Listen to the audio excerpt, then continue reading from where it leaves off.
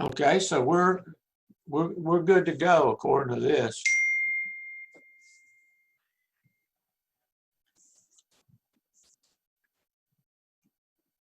Yeah, it shows to be recording on the top of my screen too. But Aiken, you have any questions of Chris about? Of course, I know right now Aiken and Flora live in a gorgeous home now, but they've been talking about in the next few years or a year and a half or so of making a move, and you might want to share anything you want to with Aiken, Chris, and then Aiken, you may have questions, Chris. Yeah, no, I don't have questions per se. I mean, home inspection is certainly something that tickled my fancy. When I saw the invite, I said it would be interesting. I mean, my background is mechanical engineering in the oil, gas, and mining industry. So you can imagine how important quality inspections is to me. Yes. So I'm a project management professional. I've done this for over 31 years now in different continents. So yes, sir. I think by now I know what I'm doing. So, but I'm not an inspector. So I will give that to you. Like Jan said earlier, at some point, my wife, Flora, and I were thinking of downsizing because our youngest child, our son, is going to college this fall. Which means a 5-member family home will now become a 2-member family home. So, and I don't know that, I mean, I like a lot of space, don't get me wrong, but I think the space will still be too big for us. So we are considering that, but it's not cast in stone. It's a function of, number one, how we are able to sell what we've got, and what kind of property we can find. But regardless, at some point, we definitely, even before we invite people to come and have a look, I mean, it would be a good idea for us to have someone like yourself come around, inspect it, advise us of your findings, whatever is it that you think we need to look at touching up or redoing. Yeah, we would not mind things like that. But we're not in any haste, as Jan mentioned. We just want to give ourselves sufficient breathing room. That way, we can actually plan for this. I mean, as a project professional, planning is one of my forte. And the businesses that I've worked with and the ones that I work with now, they always position me with sufficient resources, sufficient information, so that I'm able at any point in time to tell them tomorrow, today, if that makes sense to you. So back to you, Chris. Well, first of all, congratulations on emptying the nest. That's quite an accomplishment in itself, aside from your professional accomplishments. Yeah, so, thanks.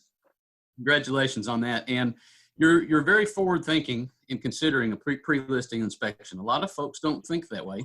And the reason it's beneficial to you is it allows you to educate yourself on the condition of your home prior to entering into a contract. And once you've entered into a contract, you usually have timelines associated with that contract. So if during the course of the purchasor's inspection, they may come up with a number of items, maybe even just one item that is difficult to correct or understand exactly what the best way is to handle within the short time frame of a contractual agreement. So I guess the point I'm making is if your house did have a serious AC issue, or your house had some type of issues with the roof you were not aware of, how much better to know that before you put the house on the market and either decide A, to fix it, 2, to adjust the price accordingly, or 3, just have that knowledge in your pocket than it is to find that out when you only have 5 days in the contract period. It can head off problems. Would you agree with that, Jan? Yeah, absolutely. Absolutely. Yeah. I mean, a lot of times people put their home on the market, or thinking about put their home on the market, and something that nobody sees or thinks about. And I mean, I had a real shocker one time as an agent listing a home, and I looked at the whole inside of the home, And I was so impressed, I didn't look hard. I didn't take a hard look at walking around the home on the outside. And there were 2-inch gaps about this big from the top of the home to the bottom of blank space. And I looked at that. I mean, when they inspected it, they said, you got a problem. You got a foundation problem.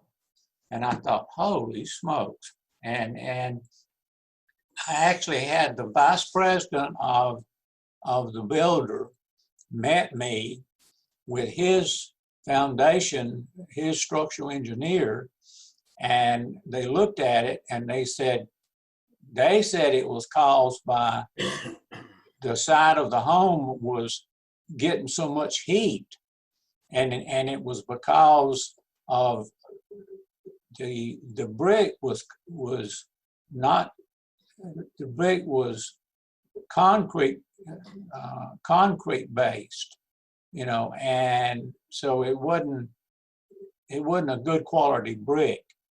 But we ended up, the builder found 2 pallets of that brick sitting in a warehouse in Rosenberg, and they fixed the home, and I still sold it. So Okay. I got really lucky.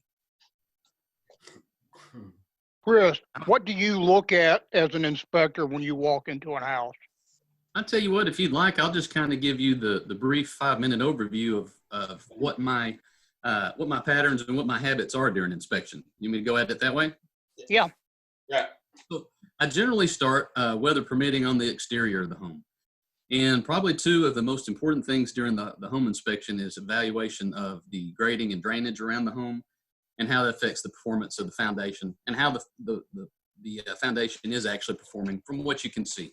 Obviously, there are portions of the foundation, whether you're outside the home or inside the home, that are not visible during inspection after a home's construction is completed. But on the outside, obviously, we're looking for any cracking in the foundation, and we look for any indicators within the wall systems all the way up to the freeze boards moving into the roof. If you have significant significant foundation movement, you'll see it in more than one area. It won't just simply be in the foundation. You'll normally see it in 2 or 3 or 4 different ways. The exterior home, that could be cracked brick, veneer, or stone. Inside the home, that could be radiating cracks from the windows. That could be windows and doors that don't shut well. And if the damage to the foundation or the movement of the foundation is significant enough, oftentimes you'll feel it as you walk through the home. You can actually feel it just through your sense of balance. Let's see. While I'm outside the home, of course, I'm also looking at the roof, walking the roof at all times when possible to look at the condition of the covering materials, the roof jacks, and so on. Having a good look at the AC equipment. If the electrical equipment is present outside the house, I'll look at it, but I like to do so after we've had everything on the house, including the AC system or the furnace, depending on the time of year, for some time, so that we can look at how the electrical panel is forming. For those that hire me to use thermal imaging during the inspection, I actually have a thermal imaging camera, if it'll show up here. And this allows me to see hot spots in the electric panel. Inside the home, the benefit of this technology is it allows me to look for leaks also. Not thermal imaging camera, as you're probably familiar with in your engineering background, it shows both hot and cold. Yeah. And so when I get this thing to continue to show up, if there were to be a wet spot in the ceiling, it may not necessarily be visible to our naked eye. The damage may not be significant that it's actually showing through the sheetrock, but a camera of this nature would pick that up prior to that being visible to the eye. The same thing with hot spots in electric panels or perhaps receptacles. It allows us to see that type of data that we wouldn't see without it. Let's see here. When I go inside the house, I normally start and work my way throughout the house in a pretty methodical type of arrangement. In each room, I'm looking at the operations of all the receptacles, the windows, the conditions of the walls, looking for any of those indicators of foundation movement. The kitchen, of course, is a busy area with evaluation of all the appliances. So that include, of course, your dishwasher, garbage disposal, the range and the oven, the range hood itself. Typically, refrigerators aren't evaluated. They usually move with whoever is selling the home. Of course, in the bathrooms, we're looking at the operation of all the plumbing fixtures, so on and so forth. That would include any massage tubs, toilets, sinks. Going into the attic, looking at the mechanical equipment is very important. A lot of times you can tell a lot about the performance of an AC system by looking at it in the attic, and that includes the condensation, drain systems, the secondary catch systems. Same thing with the furnace. Also evaluating the quality and depth of the insulation, the field of insulation in the attic area, and looking for any structural defects within the framing members themselves. So I guess that's kind of a very rough, broad overview, but usually start from the inside, work my way inside the home, then into the attic cavity. Of course, sometimes when the weather is inclement, we'll reverse that order. We'll start inside and work our way out, hoping for a break in the weather. But inspections can be done in wet weather, believe it or not. And oftentimes you get a lot of valuable information. A lot of times leakage or punctures in the envelope of the house itself become evident that you wouldn't see unless it was actually raining. So there is some value to that. Although it's not necessarily preferred for us to be out in the rain, it can be done.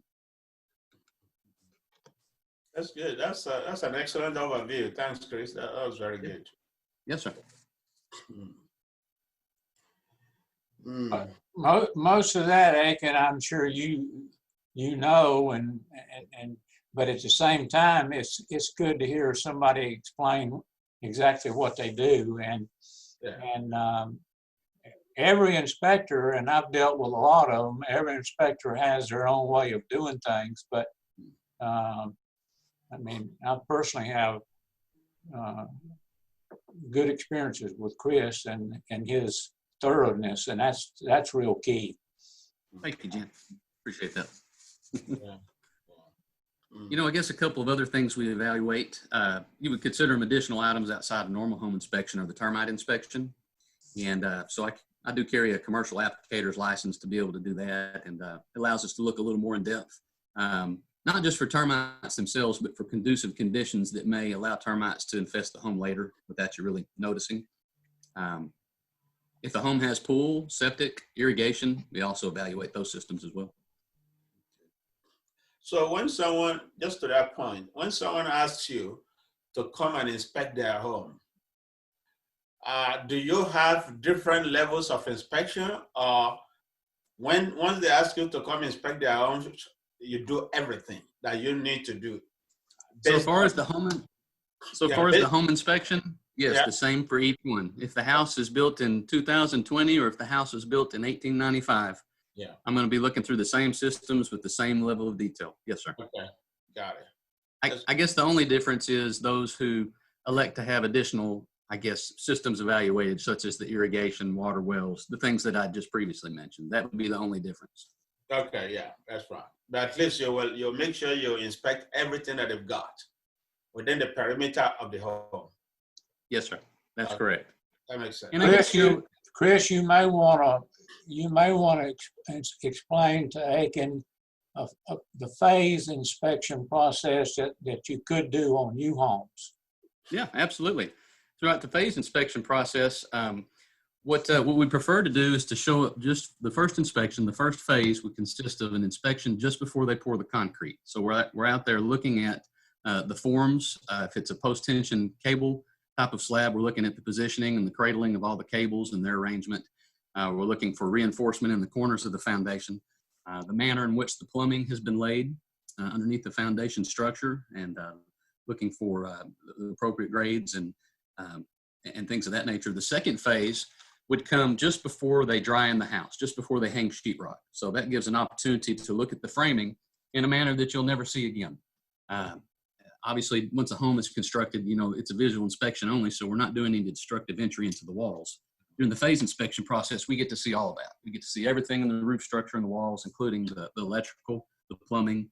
And then the last phase, of course, is just like your typical home inspection for any property that's changing hands. We come in and look at everything again and put all of the systems, which are new at that point, through their paces to make sure they're doing what they should and meeting their parameters.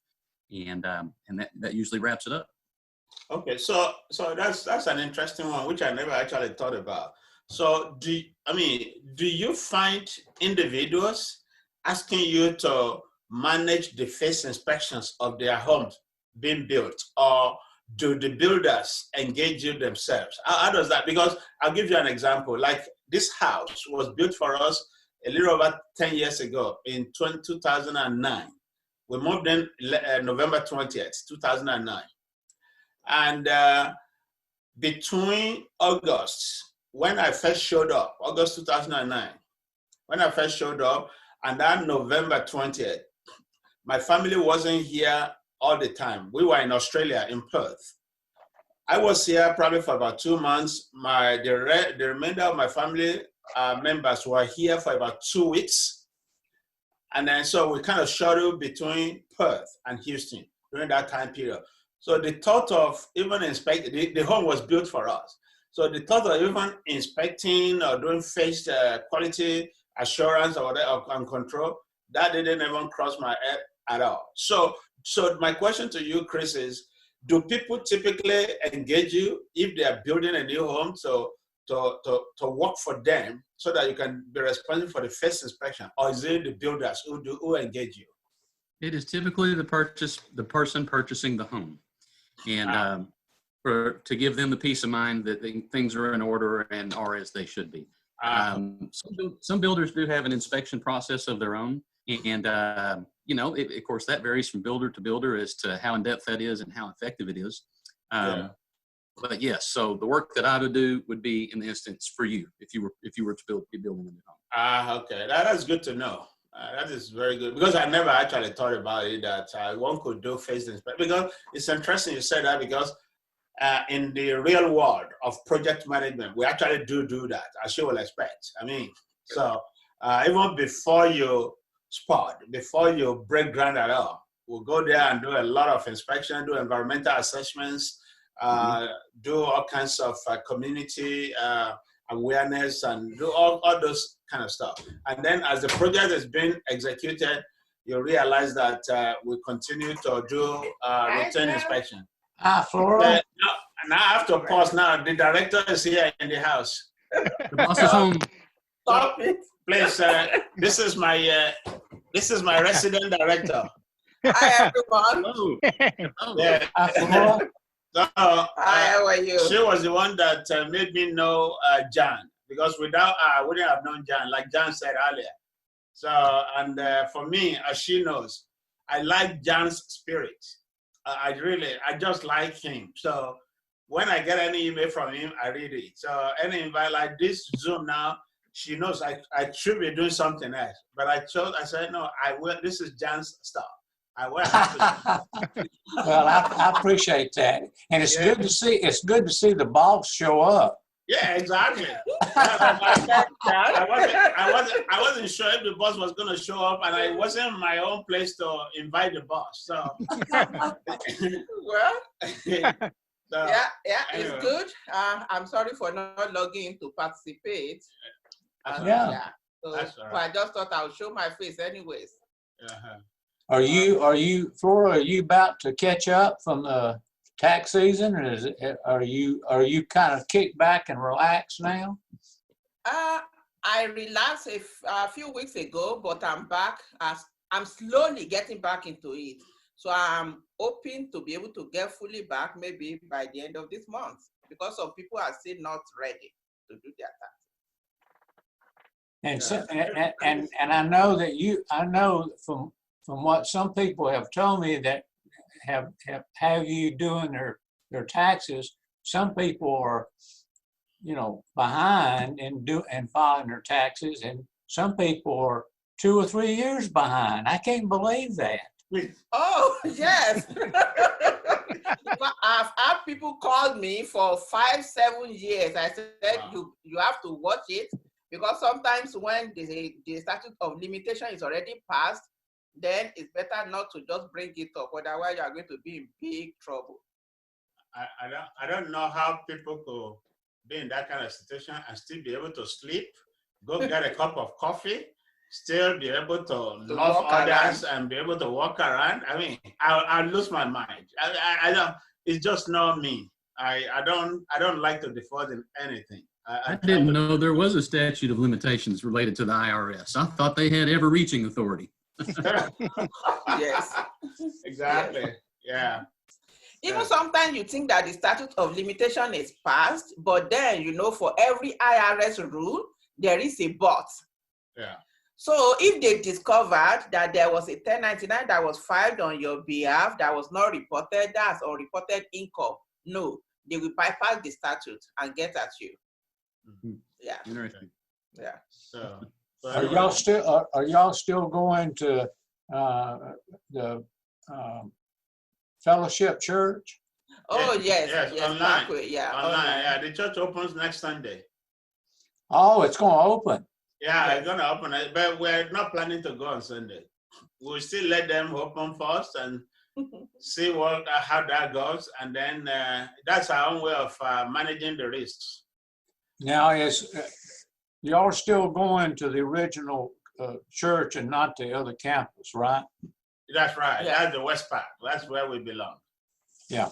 Yeah, that's where we belong. So so Chris is an home inspection specialist. Oh, He has okay. been educating us on home inspection and stuff. So that's Cool. that's actually a fascinating topic, as you will expect from me. And he's been very helpful in educating us about home inspections, when the scope, and so that's good. And he was just saying that he actually does staged home inspection or phased home inspection. Oh, and that's if you're good. building a home, we can actually bring him on to be a home inspection specialist, so that from time to time, depending on the project progress, he can go in there. He will tell them that at this point, I like to see it. Yeah, I like to see things when you get to this point. When are you going to get to the point? And they can liaise with him directly, just like I do in the real project world. Oh, And then so that's which I never actually thought about. That's good. I've never heard about that. Yeah, and I was telling them that even when this house was built, we couldn't even do that anyways for two reasons. One, we didn't know. Number two, we weren't here 100% of the time why the house was being built. Anyway, Aiken, one thing I was going to share with you, I've actually had builders working, and I was working with clients, and I've had this happen a half a dozen times over the years, and they say, well, we have inspectors, like Chris said, and I said, well, we want to bring in an independent inspector.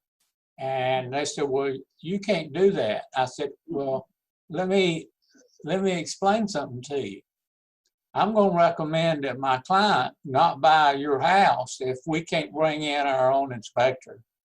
And then they change their tune real fast. Yeah. That's right. Yeah. Because what people forget is that that pays the piper dictates the team. I mean, that's what the Englishman says, and which is true. Yeah. If you are paying the piper, you should be dictating the team. Sure. Yeah. So, no, that's good to know.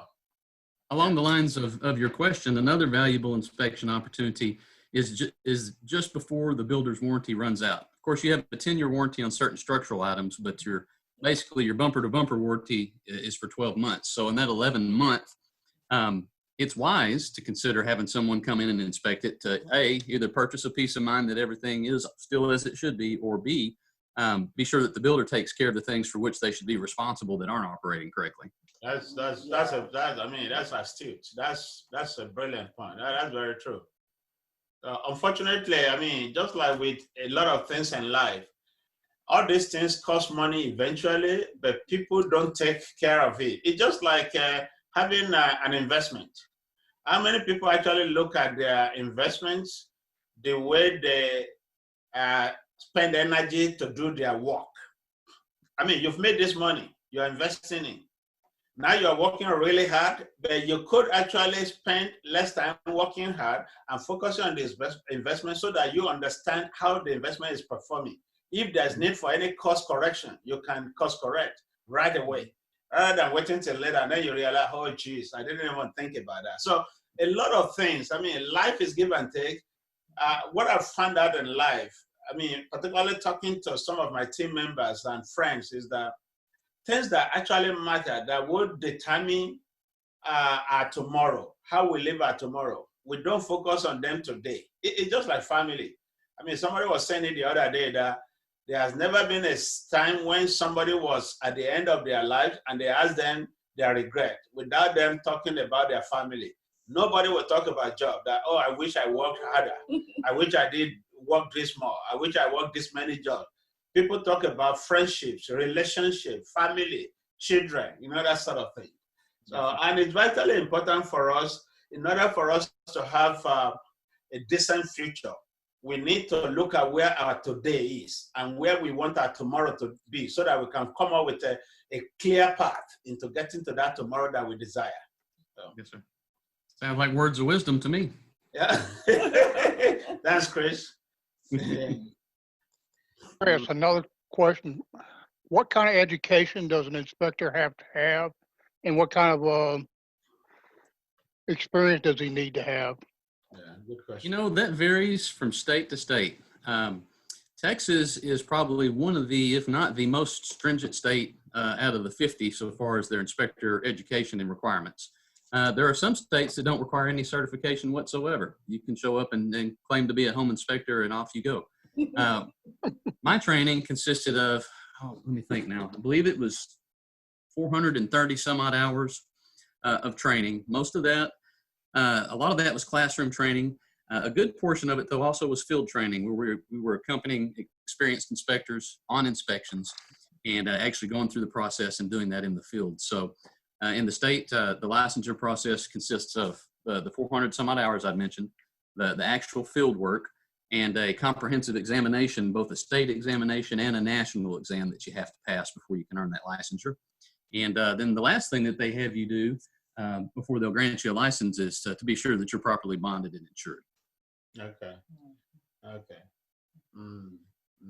So, and there are lots of successful inspectors out there, some of which have been in the building trades and some of which have not. It's interesting what different perspectives bring to their ability to inspect. Folks that have built homes and been around construction, obviously they have some valuable insight there. But I've also known a number of inspectors who have an engineering background or various types of other backgrounds, and their attention and viewpoint may be somewhat different from the guy who's built homes before, but nonetheless still valuable, and they do a good job as well. Yeah, that's right. Chris, if you were not in the business, what would you look for in an inspector whenever you start looking for one? I think my number one question would be to try to determine their level of thoroughness and how much time they're going to spend evaluating the home. An inspector that spends several hours, and it depends, of course, on the home size and age and number of complexities. But a good inspection, if you have an inspector who's only there for an hour and a half, that level of detail might not be quite where it should. You want someone who's going to spend the time to go through all these systems that we mentioned, and that's really not possible in any size home in an hour and a half. So, you want somebody that's giving it the time that it deserves. And really the best way, I think, to gain that level of comfortable or satisfaction is talking with them, and maybe perhaps looking, at their past bodies of work. Most inspectors these days will post inspections on their website if they do have a website presence, sample inspections, and so that's a good way to get familiar with their quality of work also. Yeah, no, I guess the flip side of that, Chris, is, to me, if somebody is buying my home, for example, and they call me up that an inspector is coming and it's only going to be here for 30 minutes, I think I should jump for joy. I say, yeah. Right? Your punch list may be pretty short if that's the case. Exactly. I actually had an inspection yesterday, and the house wasn't terribly large. It was about 2,000 square feet. It was about 13 years old, and the inspection took about 4 hours. And as we were leaving, the homeowners were ready to come back into the house. They'd been gone at work, and they actually entered the home, and they were like, well, my gosh, we didn't think you'd be here so long. Our home inspection, the one for the house we're purchasing to leave this home, that took an hour and a half. And I'm thinking, well, you might want to call your inspector for the rest of the inspection. I'm not sure. Yeah, thoroughness is very important. Yeah. I mean, And I'm not in any way here to put any other inspectors down. There are a lot of good professionals out there in our industry. But thoroughness and level of detail is important in the evaluation of something as important as your home. Okay, that's good. Do you have a website presence, Chris? Yes, sir, I do. The name of our company is Paragon Inspection. Our website is I'm sorry. Yeah, that name kind of rings back. Paragon. Yes, sir. Paragon Inspection, and our website, our URL is paragoninspectiontexas.com. Texas full or TX? Full spelled out, TEXAS. Okay, paragoninspectiontexas.com. Yes, sir. Excellent.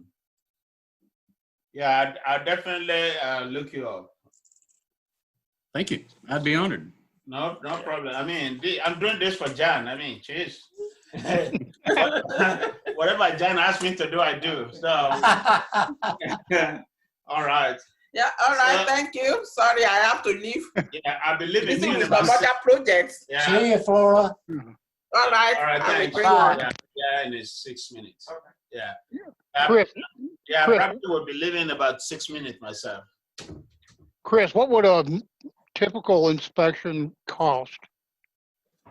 It depends on a number of factors, but it's based mostly on square footage, somewhat on age. So our pricing structure starts at $350 for anything 2,000 square foot or smaller. And of course, the additional items that we offer for inspection, such as the termite inspection, the septic, irrigation, water well, so on, there are additional fees for those. As the house grows larger in size, of course, the fee structure changes. And for houses that are beyond 30 years old, there's an additional charge for those because those typically take a bit longer. There's typically quite a bit more to look at in an older home that has probably had, renovations, has had some system changes and things of that nature. Okay. Now, just along that line, if you say we engage you now to inspect our home, and you have a few actions for us to take, do you have tradespeople that you recommend to your clients in the event they need help and they don't know where to go get the help? Yes, sir. We do. We have a trusted resource page, I'll call it. Let's see here. Good. I actually pull a copy of it out. But the short answer to your question is yes, absolutely. We Okay. have, and I'm sure Jan has this too throughout his many years of experience, but we have contractors that we have experience and we feel comfortable that they do good quality work. I don't know if this is going to show up on the screen. Yeah, okay, yeah. I don't think it is, but That's yes, we do. Yes, sir. Okay, that's good. That's good to know.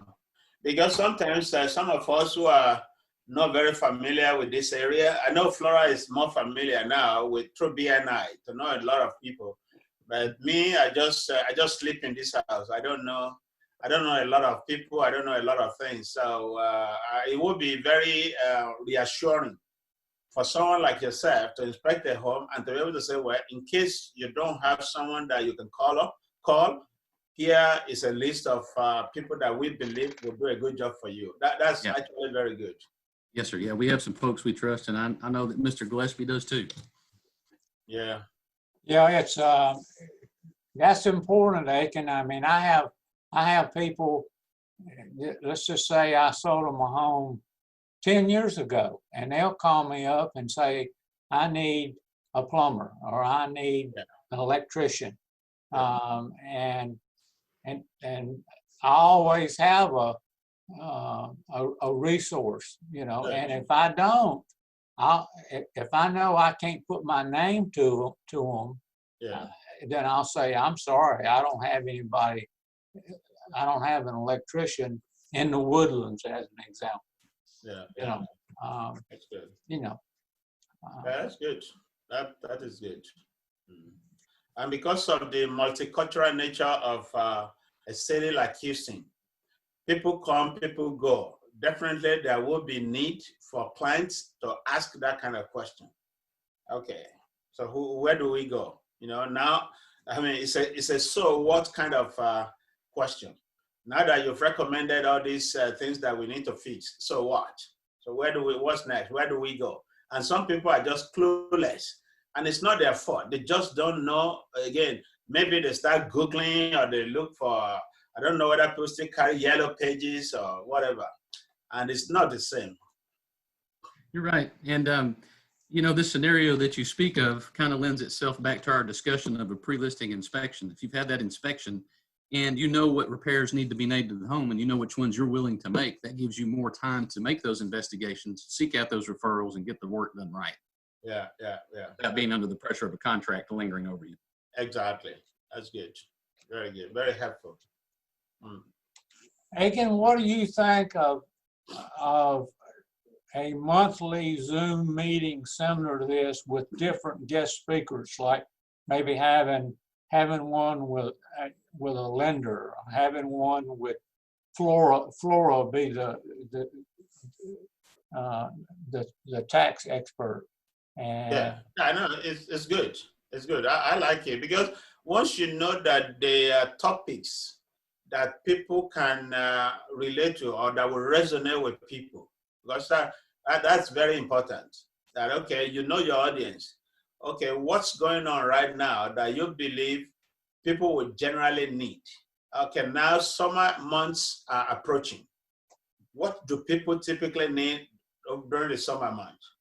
And who do you have that can provide that kind of services? Maybe you might be able to look at your pool of resources and be able to identify someone that can speak well and they walk their talk. Because some people, they can talk about what they do, but they don't do a good job. sure. So you know that from your years of experience.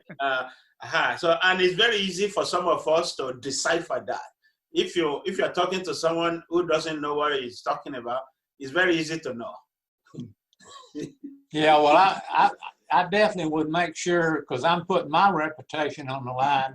I definitely would make sure that I got the Yeah, person that's going to do the job. So, yeah. So to your question, I think it's a brilliant idea. If you can identify resources like that, I can come on this platform and talk to people. I mean, look, almost everyone is at home right now, and I know more people are going out these days. But on a Sunday afternoon like this, rather than snoozing and snoring, it's good to come in here and actually have a chat about things that matter. You know? Oh yeah, absolutely, absolutely. Yeah.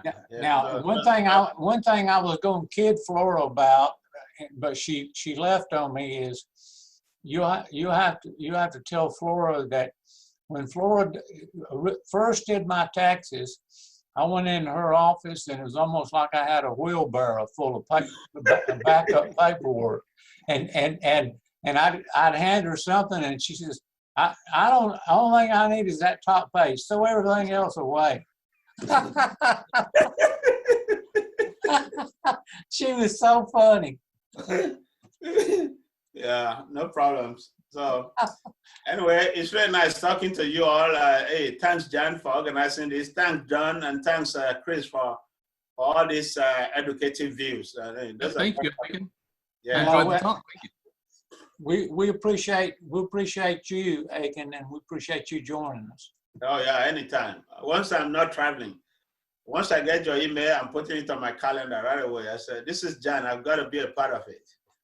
Good deal. And you have a good evening. Okay. You take care. Thanks. Bye-bye. All right, bye. All right. Bye.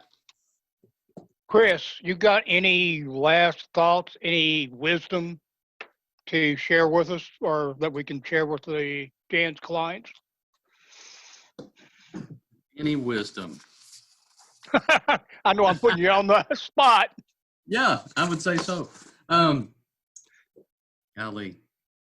In the inspection world, I don't know that I have any words of wisdom that go beyond what we've already covered, other than to, choose a trusted resource for your inspections. But that goes beyond inspections. That goes to speaking with Jan and finding the right people to service your mortgage needs, to service your appraisal needs. And that's why folks like Jan are such a valuable resource, because they have so many years in the industry and they can give you that direction. So, speaking in terms beyond just inspection, Jan, it's great to have guys like you who can guide us through the rest of the processes, because nobody knows all of it, at least not from the consumer's perspective. Very few of us know all of it. So we appreciate your expertise along those lines. Well, thank you, Chris, sincerely for being our guest today and for sharing your great expertise with us. And conceptually, any discipline that you think would be good to be a guest on one of our Zoom meetings, just drop me an email or send me a text and let me know who they are and what what their discipline is. You know, I would say off the top of my head, you've already mentioned a couple of valuable ones, but I think during these hot months, it would be excellent to have an AC guy on and talk about the health of AC systems, how to maintain them, what the costs are to replace them. I would think that that would be interesting to me for sure. Okay, that sounds good. And What about pool guys? Sure. Don was asking about pool construction. Yeah, Well, no, I think it'd be interesting. To Either construction or maintenance.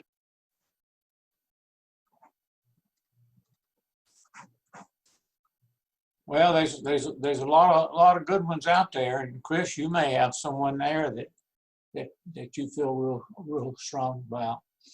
And We've, you know, the honest answer to that is I've had some good experiences with a couple of them, but I'm still really looking for that one that I want to put on this list. So I got you. I'm still searching for that one. I have a number of those slots filled, and so if you know of one, share it with me if you would. Okay. Yeah, we'll have to compare a list. Okay. Yeah, we can do that. Yeah. And Don, do you have any other items on that you want to add? Tell him about your new page on your website. He may be interested in that. Yeah, what I have done for the people that my clients and business associates that are taking a look at this video, I've added another great resource of so kind of like social media, but it's on my main website. And if you hover over about, you'll see it. You'll see a deal pop up that says news, and it's through a National Association of Realtors site called RIS Media, and they put out some extremely valuable information about homes and care of homes and what's going on in the market. Very informative, but it's not anything lengthy. You can go online and look at it quick and easy reading and very informative. Okay, I'll check that out. I'll have a look. Yeah. And we will be putting out to MailChimp. We'll be also talking about RSI Media going to his social media pages, the information they put out about that. We finally got them controlled. Instead of dumping 50 stories at one time, they're now putting one a day. That's good. Yeah, I want to do information overload. Well, that's why I cut them off, because you couldn't find open houses, you couldn't find price increases, and they were just too much. So, but their articles are the best I've seen. That's good. That'll be a valuable resource, Mr. Gillespie. Yeah, absolutely. And Chris and Don, if y'all have any other potential guests for these Zoom meetings, let me know. And I think Don mentioned, and I need to follow his lead, that the next one we need to have an RSVP, so we'll have a better idea. And it's good to see Aiken join us, because he's always informative to listen to, and he asks some very good questions. Yeah, smart individual for sure. Yeah. Smart guy. A great guy, and it's good to see Flora join us. But thank you very much, Chris, and Don, thank you so much. You're welcome, sir. Okay, Been a y'all pleasure. have Good a to meet good you, Don. evening. Yes, Call sir. me, Thank you. Dan, call me. Okay.